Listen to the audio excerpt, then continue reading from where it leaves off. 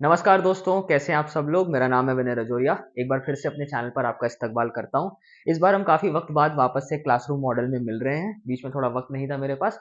तो आज जिस एसे के बारे में हम आगे कंटिन्यू करेंगे बातचीत, वो है जॉन लॉक का एसे ऑफ पावर। इस एसे पे मैंने काफ़ी लंबी 20-30 मिनट की वीडियो पहले भी बनाई है अपने चैनल पर, उसका लिंक डिस्क्रिप्शन में है।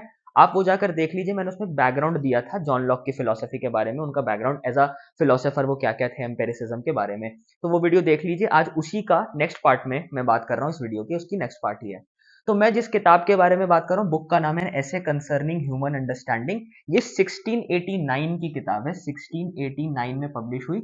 किसकी किताब है? जॉन लॉक की किताब है, जो कि एक इंग्लिश फिलोसोफर थे, इंग्लिश एनलाइटनमेंट फिलोसोफर है।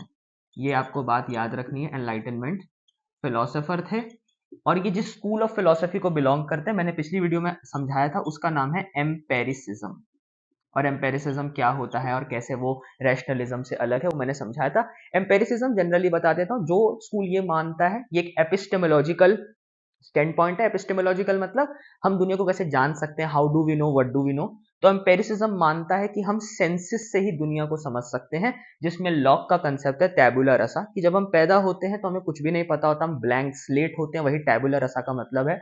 और एम्पेरिसिज्म कहते हैं कि हम जो दुनिया के बारे में जो कुछ भी जानते हैं वो सेंसेस से ही जानते हैं, जो सेंसेस में है वही माइंड में है। तो ये लॉक की फिलोसफी जिस स्कूल को बिलोंग करते हैं उसको एम्पेरिसिज्म कहा जाता है। इसी में आप देखेंगे एक फिलोसोफर हुए थे डेविड ह्यूम, और बाद में एक फिलोसोफर होंगे बर्कले। तो ह्यूम, बर्कले और लॉक को ट्रिनिटी कहते हैं एम्पेरिसिज्म की। तो ये उन्हीं जॉन लॉक की विचारधारा के बारे में हम बात करेंगे। उन्हीं का किताब है an essay concerning human understanding. उस बुक काफी मोटी बुक है, अब नाम ऐसे है लेकिन बुक है वो असल में। उसी का एक असल में जो एसे है उसका एक पार्ट है ऑफ पावर एसे। इस पर आज मैं बात करूंगा, उसका एक कंसेप्ट समझाऊंगा, और वो है कि एक्टिव और पैसिव पावर में लॉक क्या डिफरेंस बताते हैं और लॉक के हिसाब से पावर का मतलब क्या है। आप में से जो पॉलिटिकल साइंस या ह्यूमैनिटीज या लीगल स्टडीज वाले होंगे वो जानते होंगे वही जॉन लॉक है, जिनकी एक बहुत फेमस किताब, मतलब an essay concerning human understanding बहुत ज्यादा फिलोसॉफिकल यानी साइकोलॉजिकल टेक्स्ट है।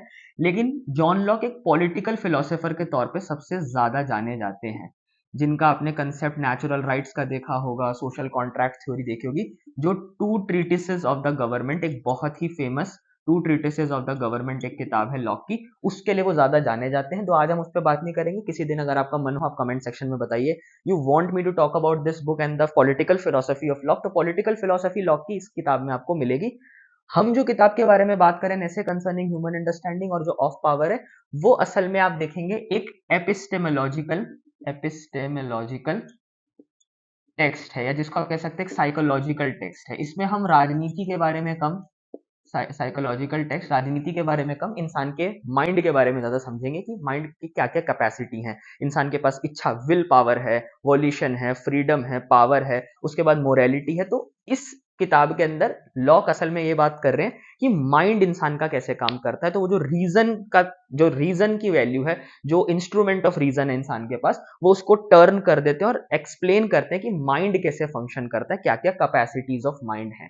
तो आप देखेंगे जॉन लॉक के दो पक्ष हैं उनके एज अ फिलोसोफर। एक उनकी पॉलिटिकल फिलोसफी है, जो इनमें मिलती है आपको to treatises of the government में, जो असल में फर्स्ट ट्रीटिस और सेकंड ट्रीटिस है, इसलिए टू ट्रीटिसेस कहा जाता है। तो दो ट्रीटिसेस है, इसमें सेकंड वाली ज्यादा इंपॉर्टेंट मानी जाती है। लेकिन आज हम जो लिटरेचर के सिलेबस में पढ़ाया जाता है टेक्स्ट, वो है जो साइकोलॉजिकल एपिस्टेमोलॉजिकल टेक्स्ट है, विच explains how the human mind works. और उसी के अंदर ऑफ पावर ऐसे पे आज हम बात करेंगे, और लॉक का कंसेप्ट ऑफ पावर क्या है ये मैं आपको बढ़िया से समझाता हूं, और वो किस बेसिस पर दो तरह की पावर्स में डिफरेंशिएशन बताते हैं, आज ये समझते हैं इस लेसन के अंदर। तो पावर की कंसेप्ट की बात मैं यहीं से स्टार्ट करता हूं कि उसकी डेफिनेशन क्या है। तो इसको थोड़ा सा मिटा देता हूं ताकि लिखने की जगह रहे मेरे पास। ठीक है।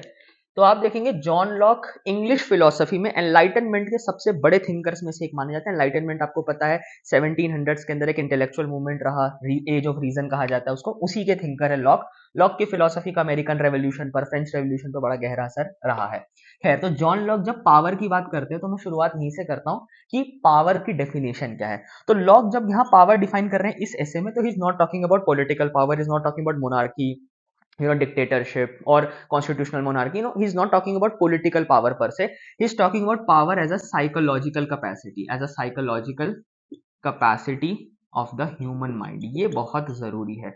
यानी वो बात कर रहे हैं उस पावर की, जैसे मैं कहता हूँ कि मेरी लाइफ पर मेरी पावर है, I have power over my life, I have power over whom I am going to marry, मैं शादी किससे करूंगा, मैं क्या पढ़ूंगा जीवन के अंदर, मैं क्या लिखने वाला हूँ, क्या माई पावर ओवर माई बॉडी, कि मैं अपना वेट कंट्रोल कर सकता हूँ, बढ़ा सकता हूँ, घटा सकता हूँ। असल में साइकोलॉजिकल पावर की यहाँ बात हो रही है कि आपकी मानसिक पावर कितनी है, यानी उस वो भी नहीं कि भैया वो मोटिवेशनल पावर की बात हो रही है, he talking about generally power in the sense कि कोई भी डिसीजन जब आप जीवन में लेते हो तो क्या आपका उस डिसीजन लेने पे पावर है या नहीं है। जैसे मान लीजिए मेरा मन कर रहा है कि मैं जिंदगी में लिटरेचर और साहित्य पढूं और राइटर बनूं, बहुत बड़ा नोबेल और बुकर जीतूं, मैं ये कर सकता हूं अपने जीवन में, तो मैं बोलूंगा मेरे पास पावर है टू डिटरमाइन माई डेस्टिनी, कि मैं अपना जीवन तय कर सकता हूं। पर मुझे लगता है नहीं, मैं चाह भी लूं तब भी मेरे माँ बाप मुझे नहीं बनने देंगे, जालिम दुनिया मुझे नहीं बनने देगी, मुझे बैंक का क्लर्क बना के छोड़ेंगी, तो तब मेरे पास पावर नहीं है। तो वो इसी पावर की बात करें, साइकोलॉजिकल कैपेसिटी।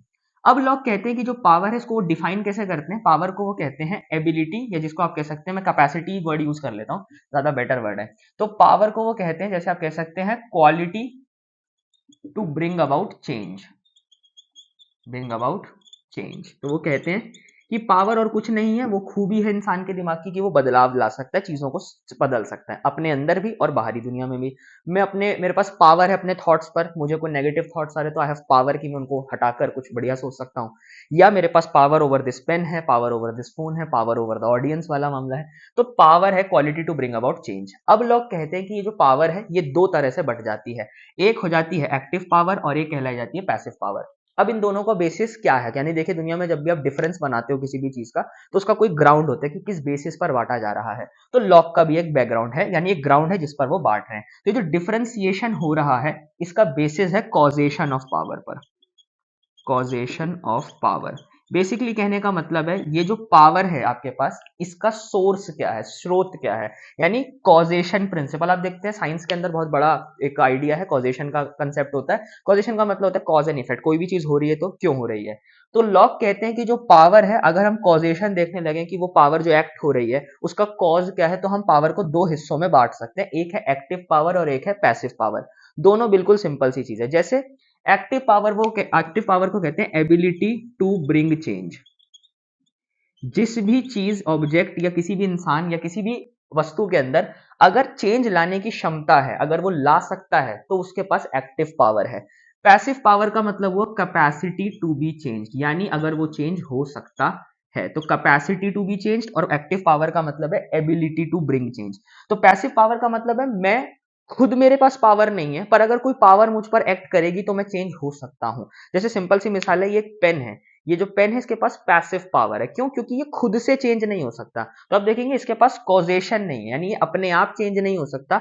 इसको चेंज करने के लिए इस पर कोई पावर एक्ट करेगी। जैसे मान लीजिए मैं हूं, मैं एक्टिव पावर हूं बिकॉज मेरे पास पावर एक्ट करने का, मेरे पास एबिलिटी है पावर एक्ट करने की। मैं इस पेन पर एक्ट कर रहा हूं, I am acting on it. तो मेरे पास एक्टिव पावर है, इस पेन पर मैं एक्ट कर रहा हूं, तो ये चेंज हो रहा है। पर ये जो इसमें पावर एक्ट कर रही है अपनी मर्जी से एक्ट नहीं हो रही है। इसका कॉज, यानी इस पर जो पावर एक्ट हो रही है उसका जो कारण है वो इस पेन में नहीं है, वो मुझ में है, which is external to it. इसीलिए वो कहते हैं ये पैसिव पावर है।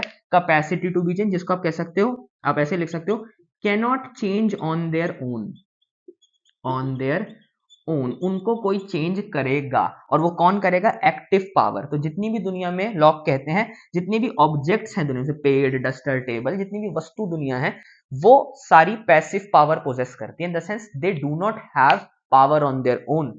Power can act on to them, और वो उस पावर के अधीन रहकर मूव कर सकते हैं, यानी वो चेंज हो सकते हैं, उनमें कैपेसिटी है। और वो क्यों कह रहे हैं? क्योंकि उनमें खुद में पावर नहीं है। तो जो कॉज है, जैसे मान लीजिए अगर एक पेड़ है, इस पर इसके पत्ते हिल रहे हैं मान लीजिए, तो जो इसके पत्ते हिल रहे हैं वो अपनी मर्जी से नहीं हिल रहे हैं, उस पर विंड है, तो जो कॉज है उसके मूवमेंट का वो बाहर है, उससे उसका कॉज बाहर रहता है। और वो कॉज किसके पास है? Active power. तो एक्टिव पावर उन सब चीजों को हम कहेंगे जिनके पास एक्टिव पावर है, जो खुद से चीजों को बदल सकते हैं, उनका कॉज कहीं बाहर लाई नहीं करता, it lies with in them. जैसे अगर मैं अपना हैंड मूव कर पा रहा हूं तो ये कोई बाहर की फोर्स की वजह से नहीं, मेरी अपनी मर्जी की वजह से हिल रहा है। तभी वो कहते हैं एक्टिव पावर का मतलब है एबिलिटी। और लॉक के हिसाब से इंसानों और ईश्वर, ईश्वर को तो वो कहते हैं ऑल एक्टिव पावर, यानी ईश्वर पर और किसी का, ऑल एक्टिव पावर, ईश्वर पर और किसी का फोर्स नहीं चल सकती, तभी वो ईश्वर है भैया, ऑल पावरफुल है। तो गॉड तो ऑल एक्टिव पावर है, पर इंसानों के पास, मनुष्य के पास भी पावर एक्टिव पावर होती है, क्योंकि अगेन हम ऑब्जेक्टिव यानी सॉरी पैसिव पावर पे भी एक्ट कर सकते हैं। यानी मान लीजिए मुझ पर आकर हवा चल रही है तो मेरे बाल हिल रहे हैं, तो हाँ वो पैसिव पावर है मेरी बॉडी में, क्योंकि मैं एक ऑब्जेक्ट भी हूँ, लेकिन मैं सब्जेक्ट भी हूँ। तो जो सब्जेक्टिव वर्ल्ड है वो एक्टिव पावर है, जो ऑब्जेक्टिव वर्ल्ड है वो पैसिव पावर है। एक्टिव वर्ल्ड के अंदर इंसान और ईश्वर दोनों के पास शक्ति है, पावर है, यानी चीजों को बदलने की, अपनी मर्जी से बदलने की शक्ति आपके पास होती है। उसी को लॉक कहते हैं एक्टिव पावर और इसको कहते हैं पैसिव पावर। आप इस चीज को ऐसे भी समझ सकते हैं। देखिए बड़ी इंटरेस्टिंग बात है कि जॉन लॉक जो जिस समय लिख रहे हैं एनलाइटनमेंट में, उसी समय फिलोसफी में जॉन लॉक बहुत बड़े थिंकर है इंग्लैंड में, और साइंस और फिजिक्स और मैथमेटिक्स में, जिसको समय नेचुरल फिलोसफी कहते थे, उस समय के दिग्गज अगर मैं आपको बताऊं तो उनके दिग्गज का नाम है न्यूटन। और अगर आप लोग न्यूटोनियन मैकेनिक्स को समझते हैं, प्रिंसिपिया मैथमेटिका एक किताब है जो इसी समय पर छप रही है, आई थिंक 2 साल बाद ही छप जाती है, इससे 2 साल पहले छप जाती है। न्यूटन की किताब है, मैं नाम लिख देता हूँ, Principia Mathematica, I mean one of the books जिसने दुनिया को बदला है, प्रिंसिपिया मैथमेटिका, ये किताब छपती है। और इस किताब के अंदर न्यूटन का अगर आप लोग फर्स्ट लॉ जानते हैं, लॉ ऑफ इनर्शिया, तो इनर्शिया का लॉ क्या कहता है कि कोई भी ऑब्जेक्ट जो रेस्ट पर है वो रेस्ट पे ही रहेगा, जो मोशन में वो मोशन में रहेगा, जब तक कोई एक्सटर्नल फोर्स एक्ट नहीं करेंगी। आप देख रहे हैं एग्जैक्टली यही न्यूटन का जो फर्स्ट लॉ ऑफ मोशन है, लॉ ऑफ इनर्शिया, जिसको लॉ ऑफ मोशन को लॉ ऑफ इनर्शिया, उसी को पैसिव पावर कह रहे हैं लॉक। तो लॉक का कहने का मतलब क्या है कि पैसिव पावर यानी वस्तुओं में पैसिव पावर होती है, यानी वो खुद से नहीं बदल सकती। जो ऑब्जेक्ट रेस्ट पर रहेगा, डस्टर रेस्ट पर है तो रेस्ट पे ही रहेगा, मोशन में है तो मोशन में रहेगा। क्यों? क्योंकि इसके अंदर अपनी विल नहीं है, अपनी इच्छा नहीं है कि अपनी इच्छा से ना चल सकता है ना रुक सकता है, जब तक इस पर कोई बाहरी फोर्स एक्ट नहीं करेगी। और वो बाहरी फोर्स एक्ट करने का काम किसका है? एक्टिव पावर का। तो आप ऐसे भी समझ सकते थे कि पैसिव पावर का मतलब असल में इनर्शिया से ही है। अब आप देखेंगे बड़ी इंटरेस्टिंग बात है, लॉक क्योंकि फिलोसोफर है, फिलोसोफर लीनियर आर्ग्यूमेंटेशन करते हैं, यानी इससे अब वो नई चीज बताएंगे कि देखिए पैसिव पावर समझ में आ गई, ठीक है। इसके बाद पूरे ऐसे में पैसिव पावर के बारे में लोग बात नहीं करते। बाकी के ऐसे में क्योंकि वो इंसानों की ह्यूमन अंडरस्टैंडिंग के बारे में बात कर रहे हैं, तो इंसानों में जब एक्टिव पावर होती है तो बाकी के ऐसे में भी एक्टिव पावर पे बात होती है। तो बाकी के ऐसे में पावर पावर वर्ड आएगा तो उसका मतलब एक्टिव पावर से ही है, वो इंप्लाइड है। लॉक कहते हैं कि देखिए जब इंसानों के पास एक्टिव पावर है तो एक्टिव पावर का मतलब क्या होगा कि वो अपनी मर्जी से पावर एक्ट कर सकते हैं, अपनी मर्जी से चेंज ला सकते हैं। और इधर से ही लॉक नया कंसेप्ट देते हैं और वहीं से ऐसे में आगे बढ़ती है कि इंसानों के पास विल होती है। अब देखिए पहली पावर जो इंसान की अंडरस्टैंडिंग में है, जो हमारे माइंड की पावर थी, हमारे माइंड के पास कैपेसिटी है, क्वालिटी है, वो थी पावर की। अब पावर से ही ये नजर आ रहा है कि इंसान के पास विल भी होती है, क्योंकि अगर विल नहीं है तो एक्टिव नहीं हो सकती पावर। पैसिव पावर वही है जिसके पास नो विल, जिसके पास कोई इच्छा नहीं है। पेन अपनी इच्छा से कुछ नहीं करने वाला, लकड़ी कुछ नहीं करने वाली, डस्टर कुछ नहीं करने वाला, फोन कुछ नहीं करने वाला। जो एक्टिव पावर जिसके पास है, तो भगवान के पास भी इच्छा होती है और इंसानों के पास भी इच्छा होती है। तो एक्टिव पावर का मतलब है विल। अब विल से डिफाइन करते हैं, अब यहां से नया कंसेप्ट लॉक देते हैं कि इंसान में विल का मतलब क्या है, जिसको हम हिंदी में आप कहते हैं इच्छा शक्ति। इंसानों के पास इच्छा शक्ति है। और ये इच्छा शक्ति क्या है, अगला कंसेप्ट वो यही समझाते हैं। मैं अपनी नेक्स्ट वीडियो के अंदर इसी कंसेप्ट पर आगे बात करूंगा। अगर आप चाहते हैं वो अपडेट मिस ना करें, अगेन आप देखेंगे ये विल पे बात करेंगे, फिर एक कंसेप्ट है वॉल्यूशन का, फिर कंसेप्ट है फ्रीडम का। लॉक बहुत स्मार्ट आदमी और बहुत इंटरेस्टिंग पॉइंट बताएंगे कि कैसे पावर का कंसेप्ट आजादी से जुड़ा हुआ है, लिबर्टी से जुड़ा हुआ है, फ्रीडम से जुड़ा हुआ है। क्या हम सच में आजाद हैं या नहीं है? जैसे एक शेर मैंने लिखा था कि कैद जिंदगी से निजात है कि नहीं, यानी जिंदगी की कैद से आजाद है कि नहीं, इंसान सच में आजाद है कि नहीं। तो लॉक उसी सवाल का जवाब दे रहे हैं असल में कि विल है, वॉल्यूशन है, क्वालिटीज है, दिमाग की अलग अलग क्वालिटीज हैं। तो फाइनली एक क्वालिटी है पावर के साथ जुड़ा हुआ है लिबर्टी, के आजाद हम इंसान है या नहीं, जिसमें कंसेप्ट आता है फ्री विल का, जो आपने देखा होगा डिबेट है बड़ी गहरी फिलोसफी में कि डिटर्मिनिज्म सब कुछ पहले से तय है, कुछ आजादी है या नहीं, या सच में हम सब चीज आजाद करते हैं। किस्मत सब कुछ तय कर रखे, या इंसान अपनी किस्मत खुद लिखता है, खुद ही को कर बुलंद इतना तेरी तकदीर से पहले, बंदा पूछे बता तेरी रजा क्या है। वो वाला आर्ग्यूमेंट यहाँ पर आपको दिखेगा, फिलोसफी में आगे बढ़ेगा और लॉक आगे जाकर मोरालिटी और इन सब के बारे में बात करेंगे। मैं सब पर तफसील से छोटी छोटी क्लिप्स में कंसेप्ट एक एक समझाता रहूंगा आपको, ताकि आप मिस ना करें वो वीडियो का अपडेट। तो subscribe to my channel and press the bell icon. I hope to see you next time.